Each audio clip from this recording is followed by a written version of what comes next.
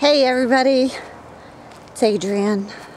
I'm sure you know that if you're watching my videos. Fence is up, and I did some more tilling, cleared out the bed, smoothed it out a little bit.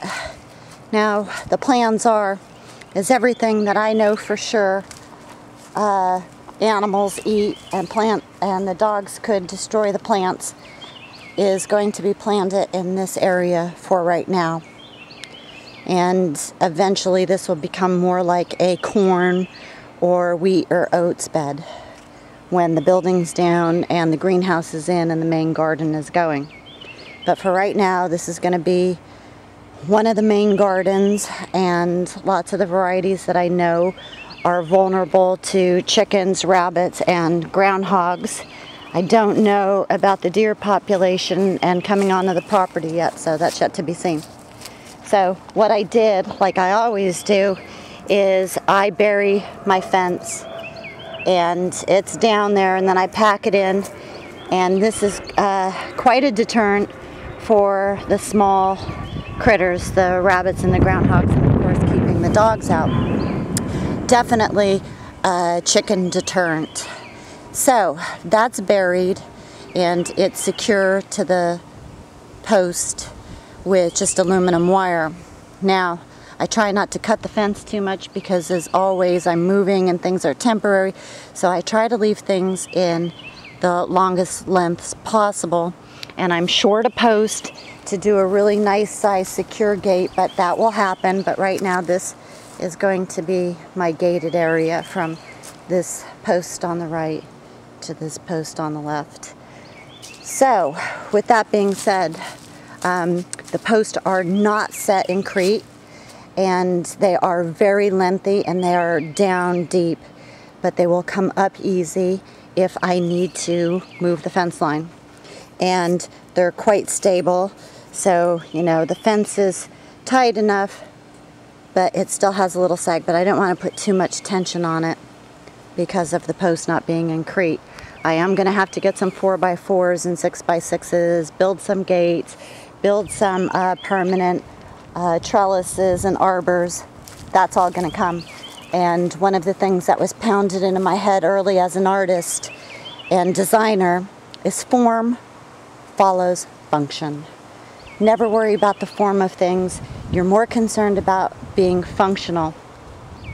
So it's functional, it's keeping the critters out, and then with the years of gardening experience, I know there are certain things that could withstand a certain amount of animal traffic, pecking at, scratching, nibbling, or they just totally ignore.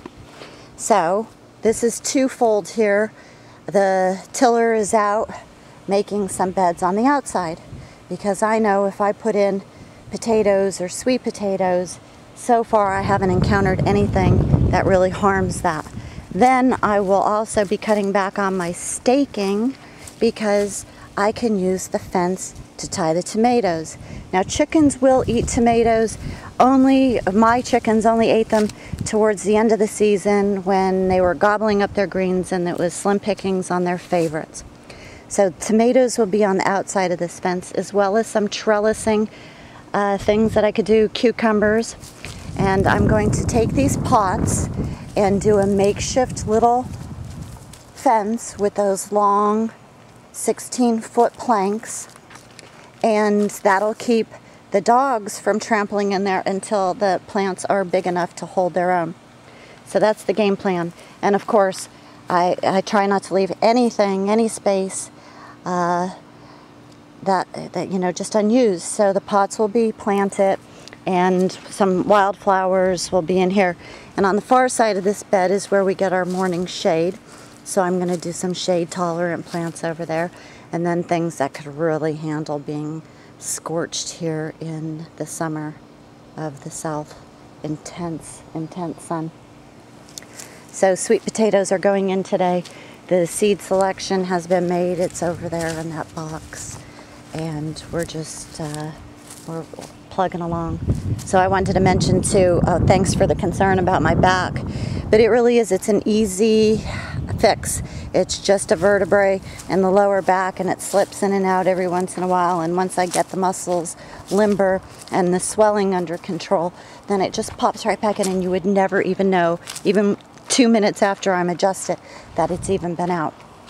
So here's one of my bundles of, this is great chicken wire, because this came from the farm, and it's not the metal chicken wire, it's got like a plastic coating over it. So that's in. The portable coop will be brought in. I have no idea where it's going yet. So those supplies are in. And I'll bring in some straw for the chicken beds and mulching the strawberries and some other stuff that I need to retain some moisture on. And what else? What else could I say? We still have just a little bit of the wire fence. We're going to end up doing a new fence around the front, the whole property, and build a gate for the driveway. Put in some motion detector lights. We only have one on the property, but I'd like a couple more. So that's coming along. And let me, this bed up here is just going to be a permanent potato patch.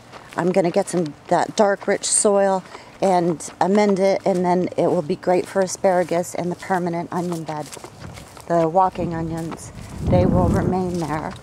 So I had a great little walk in the woods with the dogs, and I found this, and I'm probably going to bury this, and it has the hole for drainage. I might even drill a couple more holes, fill it with some rock, sand, some compost material, dried up leaves, grass, that type of thing, of course, and contain some horseradish in that. See how that goes. I was told it could get quite out of hand if it's not in the container. So a lot of direct sow is going to happen today. That'll be a lot of work, and I'll let you guys know what I put in later. And these are also really interesting. I got these from the chicken farmer that was tearing down those long houses. And these are sturdy metal frames and with a solid piece of wood in them. And there's, oh God, my brain could think of a lot of uses for these. But when I brought them to this property, I am going to use them as a little shelf for along the bottom of this deck, and also put some brackets for along the top, so I don't have to worry about my pots. And then I'll get like a 1 inch by 1 inch and secure it, so I have just like a little you know, like a little shelf there that they can't just topple off or get pushed off of. So we got plants back here I still have to deal with.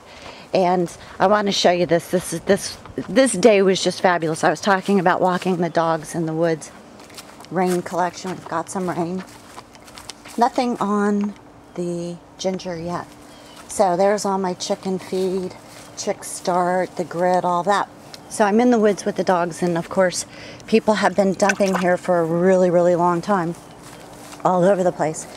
And I find this, and I flip it over, and it's number 2 plastic, and I'm like, wow, that's a great find, and I'm going to take it back to the property.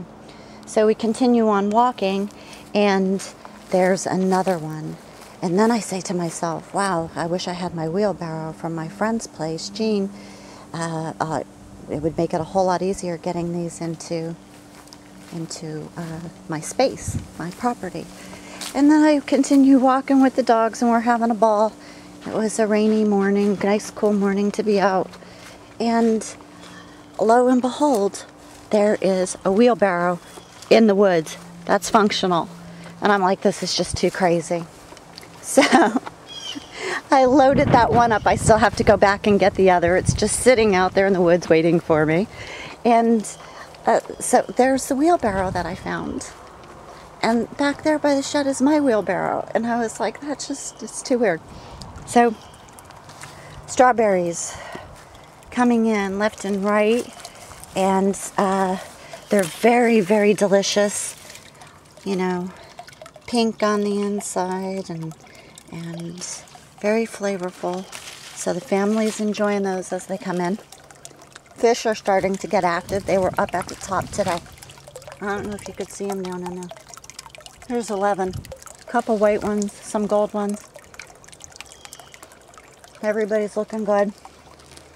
And over while I was getting my supplies at my friend's house, I said in the earlier video, I think it's the one that I may have already posted, I'm not even sure anymore, I just ramble on and on and on.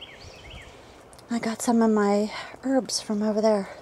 The blue sage and lemon balm and sweet marjoram and mint. And so, looking good. The baby basil. And here, no longer, we're in the 50s and 60s now at night. And we no longer need the glass to protect them and retain the heat. But I don't want the puppers to be breaking them up, stepping all over them.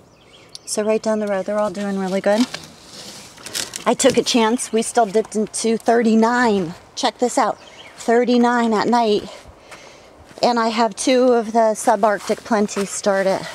So I was like, okay, one's going in a pot. And we're going to just, test this out. See how cold it could handle. And it was right after the transplant. And boom, there he is. So the other one will go out today. And the lettuce doing very well. This is actually doing way better than the lettuce that was planted directly in the garden. So, there you have it.